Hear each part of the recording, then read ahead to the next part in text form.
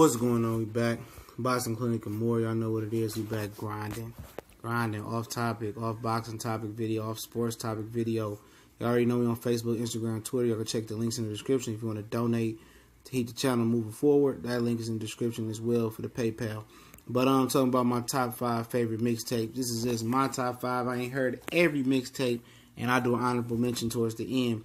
My first one is True Religion by 2 Chainz. This is the joint where he arrived as from Titty Boy to 2 Chainz as a solo act. He was one part of Player Circle, and this has a lot of good tracks on here, man. A lot of good tracks. Riot was on this boy.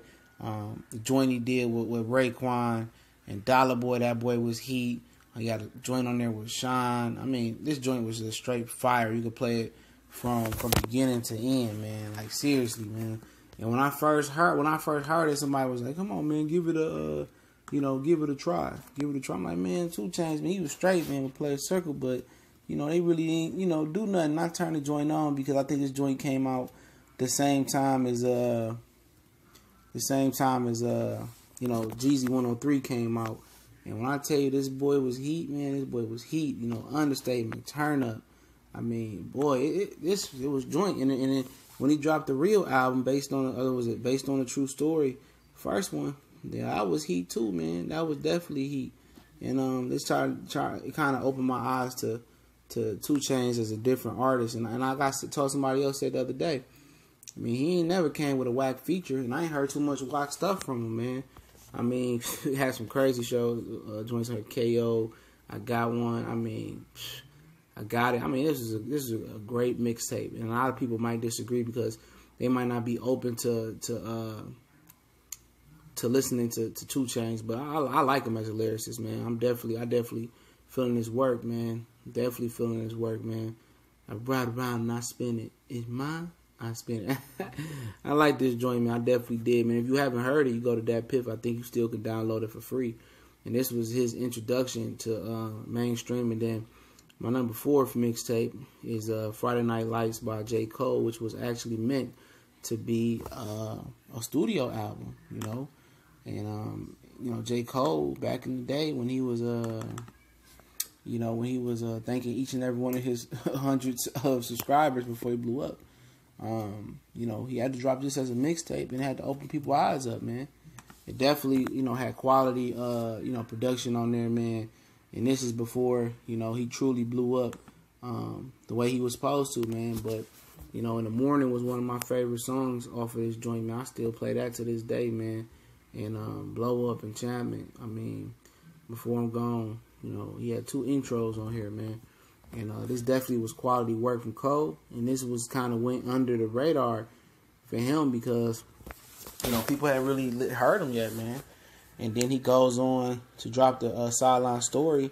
And I feel like he still was a little bit underrated after that. I think he didn't get his just due until Forest Hill Drive, for real. I think that's when he really, really got his just due. But he's been a lyricist. He ain't always been crazy energetic or doing a whole bunch of things and had the greatest beats. His beats fits his vibe. And I think a lot of people, they want to hear this up-tempo type of rap now. But, he been killing the game. He killed the game with this one. Like I said, this is like with that Ross joint that was supposed to be Rather Me Than You. I think that was another one he had. It was supposed to be an album, but they turned it into a mixtape. I mean, Born Center, people kind of noticed him there as well too. But he's a great artist, man. I definitely have a lot of respect. And this one, I haven't listened to Friday Night Lights in quite some time, so I might have to throw it back into the rotation. But it's definitely one of my it's obviously in my top 5, so it's definitely one of my favorite mixtapes. It's one of my favorite Cole works as well too. And like I said, man, he earned it the hard way. He definitely did earn it the hard way, and it made my top 5. And I'll get into some ones that almost made it as well. But my third one is a dedication to, and a lot of people who know my taste in music, I ain't a big Lil Wayne fan, especially anything that happened after the Carter 2. Most of the people that's my age remember the Lil Wayne that was with Turk, and he was kind of the one that had next up behind BG and Juvenile and Fresh and them. But the dedication too, he still was working with Currency. They did some excellent work on this album, man, for sure, man. I love this album. Most people might argue, say it ain't Wayne's best mixtape, and I'm not gonna argue with you because I didn't really listen to him after the Carter 2 like that, or after or after this. He was going crazy on here with it, cause shit. I was still in high school, so he was going crazy right here, man. I definitely respected this body of work that he put in, man. And like I said, he killed it, man. He definitely killed this one. And as usual, man. And this is when him and Currency was on good terms. And there's some Currency mixtapes that could have made the list as well. You know what I mean? You had Georgia Bush. I mean, this was a good tape, man. I mean, popping bottles. I mean, we listened to this, well into college. This still was in rotation, and it came out in 2006, man, and it seemed like a long way away. And I'm hearing he's shooting videos for the Carter 5, so hopefully this dude he prospered when Birdman was trying to hold him back, and I'm glad he getting off of that leash. But I mean, yeah, this is one of my favorites, man. I ain't listening to it in a while, but I got to go back and listen to it, man, because this was. The production was good. He was talking some shit on here. He had some good ass features from Currency to Joel Santana.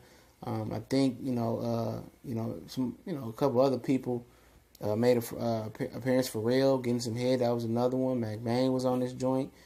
This was when Cash Money and I think Young Money was just starting. When it started to when he started to take off, when he trying to proclaim himself as the best rapper alive, and if you feel that is true, this is definitely was a takeoff point from him after the Carter 2 for that. But my second one is Cushion Orange Juice. Whew. I mean, I remember I heard this. I said, Wiz Khalifa, you mean the man that sings Say Yeah? You know what I'm saying? I said, I ain't seen him in a few years since he came out with that. You know what I'm saying? And, I love this joint, man. You talking about Mesmerize. This was some real East Coast, Midwest, whatever you want to consider Pittsburgh or Pennsylvania. We had a real good vibe. I love the vibe to the city. And Wiz Khalifa, one of my favorite rappers, especially since the turn of the new century. And this boy had In the Cut, Mesmerize, man. And some of these videos, man, was crazy. Never Been Part 2 was sweet. That was on Taylor Autodice. I had every Wiz Khalifa mixtape and CD, man. He killed this one. This was similar for 2 Chainz.